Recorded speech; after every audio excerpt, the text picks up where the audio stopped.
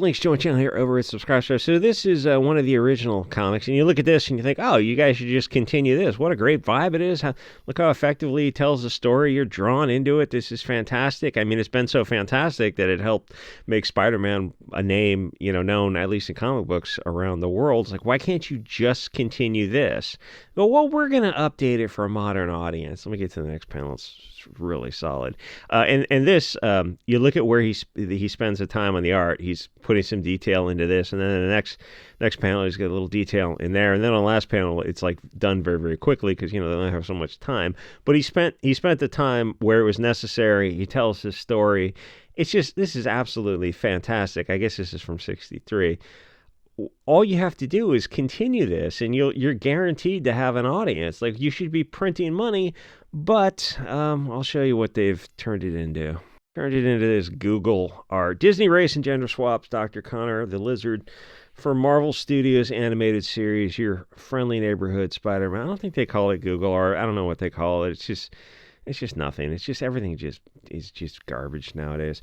So Disney swaps in Spider-Man to the point of looking at it and going like, well, why are you bothering? You make it? Can you people just go far away? Let these things kind of sunset out. So they have this new I mean, it doesn't have any of the vibe of the original. The new animated show, updated for a soy audience of coomers and consumers, will just accept anything and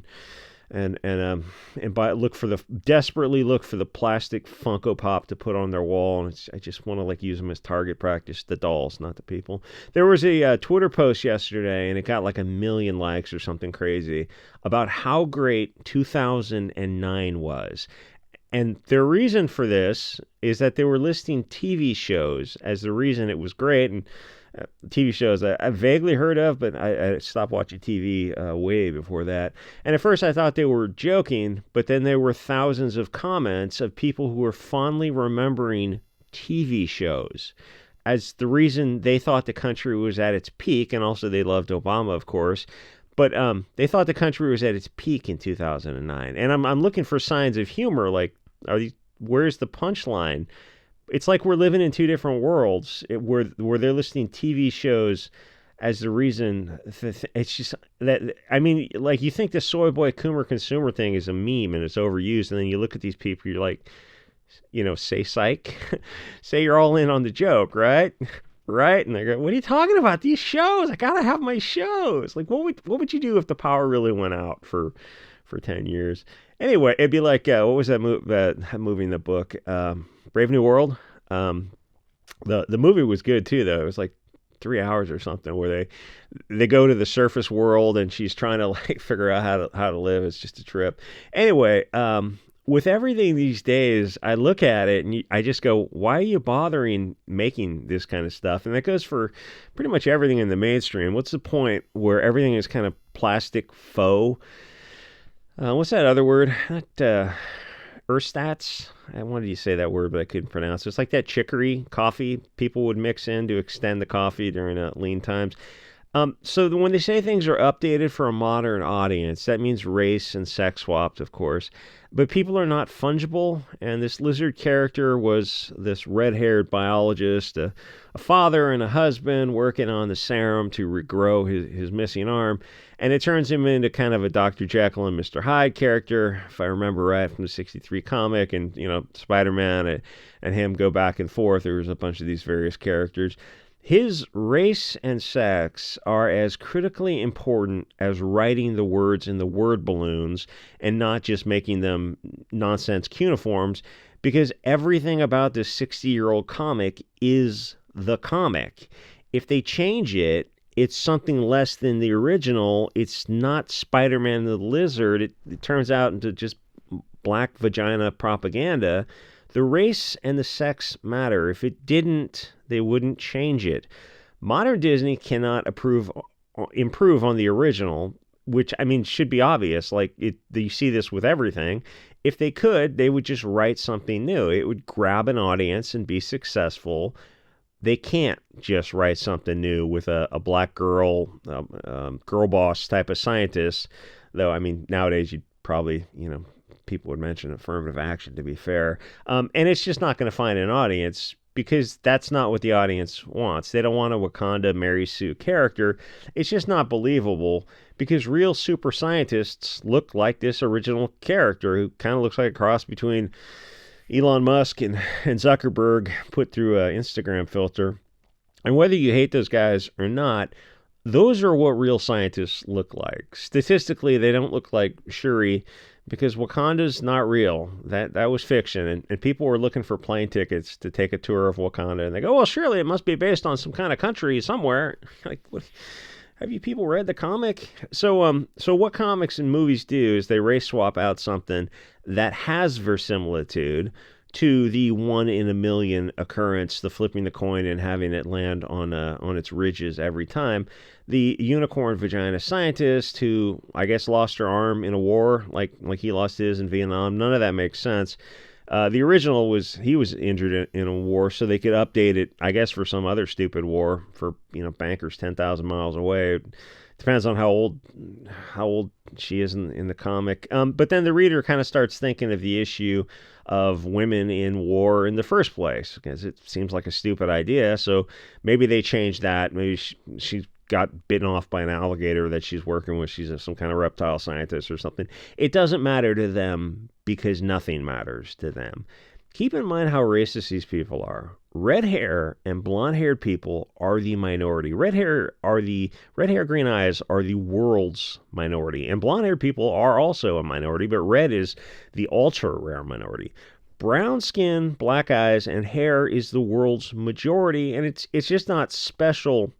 It doesn't jump off the pages like red and blonde does. Even in manga, they give characters red and blonde hair. Otherwise, they'll all look alike, and you can't tell, what character's what. No offense, of course. And when you race swap characters, you lose the chemistry between them, the special bond of the originals. But the communist twat for brains don't care. They're drooling with excitement that they got to race swap these characters to some vaguely brown race of people. I don't know if they'll specify where she is. Whatever. I guess Indian is probably pretty popular right now. Or maybe not, because the left-wingers are against that Kash Patel guy. But the individual, the original in the comic, has got countless connections by race and culture to the people he came from, his history, patterns of behavior, they're known for, the accomplishments, their failings. All those, it's like a bright nexus with millions of connections to other nodes, and they're all interconnected. But this triggers the Bolsheviks because for globalism to work, people have to be fungible. An original English character, judging by his last name here, is not a vaguely Middle Eastern or Blackish character. They have nothing in common. Characters are not just plug and play. Being of European origin is critically important because that's what Stan Lee created. That was his original intent, and one would think they would honor that. The left-wing response is that the race, are you not going to mention the other creator? The race doesn't matter when they're European, which translates into it doesn't matter to the non-Europeans.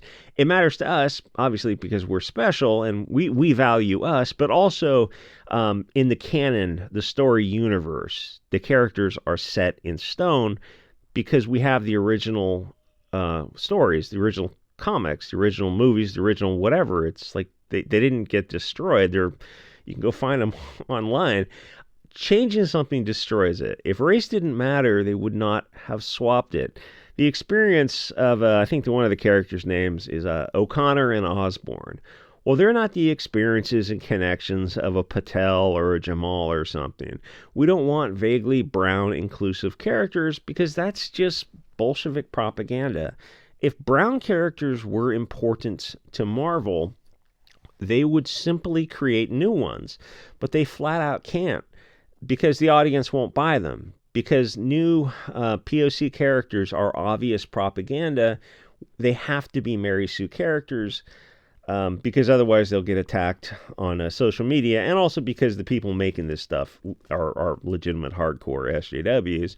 And the stimulus response now with Pox, Wax, Furry Otherkin characters is so strong that if the potential audience sees a bunch of females in the Marvels and Madam Web, even if they're good looking and everything else looks okay, they just don't bother. They know it's going to suck, and they don't bother watching the movie because it's not to say, it's not exactly that if you say, like, well, are you saying, are you, what are they, left wingers, they have the, like a standard repertoire, like a flow chart where they go, if, so what you're saying is, if POC are female, then boring.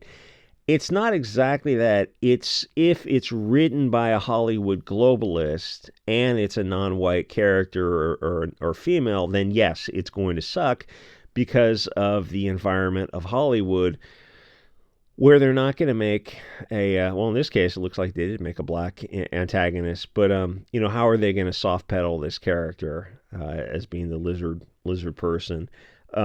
The correlation between Purse Puppy, Mary Sue characters and POCs is almost 100%.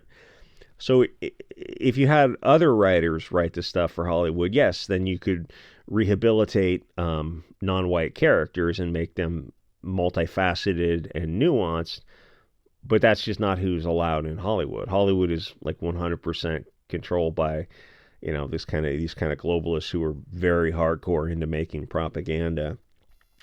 So that's the thing is, like, even if like, what was it, the Marvels and Madam Web.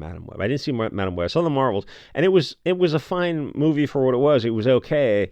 It wasn't as bad enough to bomb like it did, but it bombed because people are just done with girl power. It's like the Eternals.